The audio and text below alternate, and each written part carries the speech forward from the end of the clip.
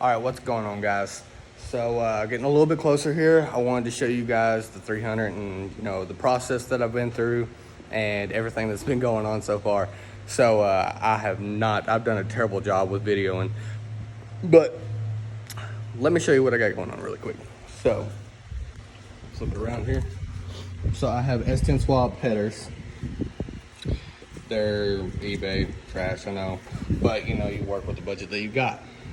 So I have a 2000 model, or like a 97 through a 2002 throttle body from a Camaro. I have ran inject fuel lines, ED1 injectors. I have got the Corvette LS1 intake. I did run the truck water pump on this build, so it's in right there and it's not holding back. If you go to O'Reilly's and you get a new water pump, make sure you get this one. It's like 187. It's an actual AC Delco.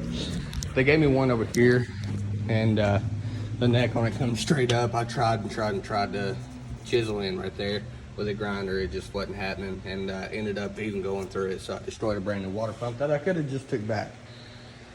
It is what it is. The headers on this side, I had a beat and bang, but I don't know if you can see them in there. Had a beat and bang to get to pass the rack. I do have LOJ mounts, and I will be running my ICT billet accessory kit.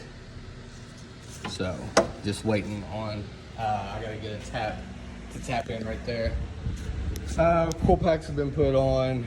They look junk, that's what it is. I mean, I'm gonna get new coil packs. I just wanna get this thing up and running. BP Automotive is where I got my wire and harness through. It's a standalone system. Everything on this thing is labeled, so it really helped out a lot, especially for me not knowing what many sensors are on the LS vehicle. I'm still waiting to get my oil relocation done. Once I get past that, that starter, and just get the fuel lines ran, I'm gonna try and use the stock fuel system on this build until I turbo the vehicle.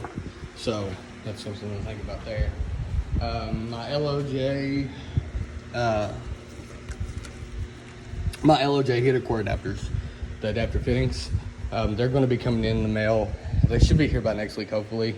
Took all this week to get this thing done. Just for starting purposes, I'm going to run the radiator just to see what it does. I'm getting too excited about this, and I'm kind of rushing on some of it. But I have 3 different alternators here.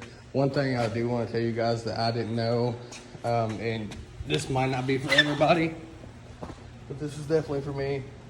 Let me take my head off here so I can go underneath the car.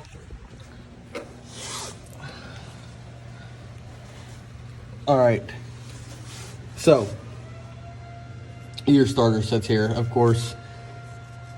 It's already bent in from the factory, so your starter can sit there. Where you're coming 3 inches back, you're going to have to beat in right here.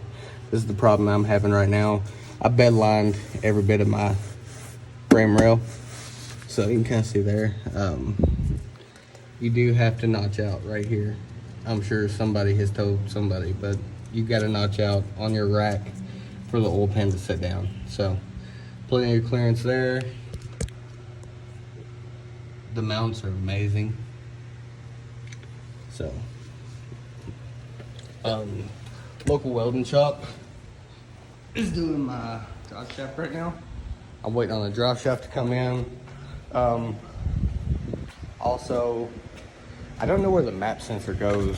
I know where it goes on the truck. It goes on top of the truck intake. But since I'm running the LS1 intake, I have no idea where this goes. So I'm gonna need assistance with that, and then we should be good to go. But just wanted to give you all a quick update. Also, BP Automotive, if you plan on doing a standalone system, just ignore the inside and my garage. They're both messy.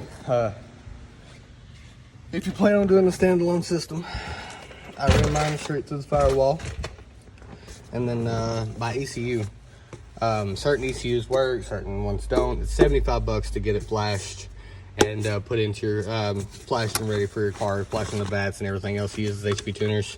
Comes with a fuse block, and like I said, all the inside wires are labeled. I went to the 8-pin prong. So my, as right now. Hey guys, so somebody called me on my last video. Wanted to add to it. I was talking about the 8-pin connector. On the 8-pin connector, it's located underneath the glove compartment. Take that out, and if you're LS swapping and you've already taken out your engine, you're gonna have to, you know, just tie into it. But if not, and you still have that plug, the only thing you gotta do is clip the other side. There's a wiring schematic that LOJ has, and you can go off that. With that, I got the tachometer, the fuel pump, and a couple other things. And so yeah, I just wanted to tell you that it makes life a whole lot easier. I'm going to be tapping into the speed sensor for my speed, and I think that's it. We was talking about the fuel system in that video. I'm going to be doing the C5 regulator. I'm not going to be pushing boost like I said in the beginning, so I won't be boosting until probably January, February. But for now, just to get it up and running, to get to enjoy it a little bit this year, I'm going to run the C5 regulator into my Jegs fuel rails, and then it's kind of the same thing as the returnless system. So yeah, that's about it. I appreciate it, guys.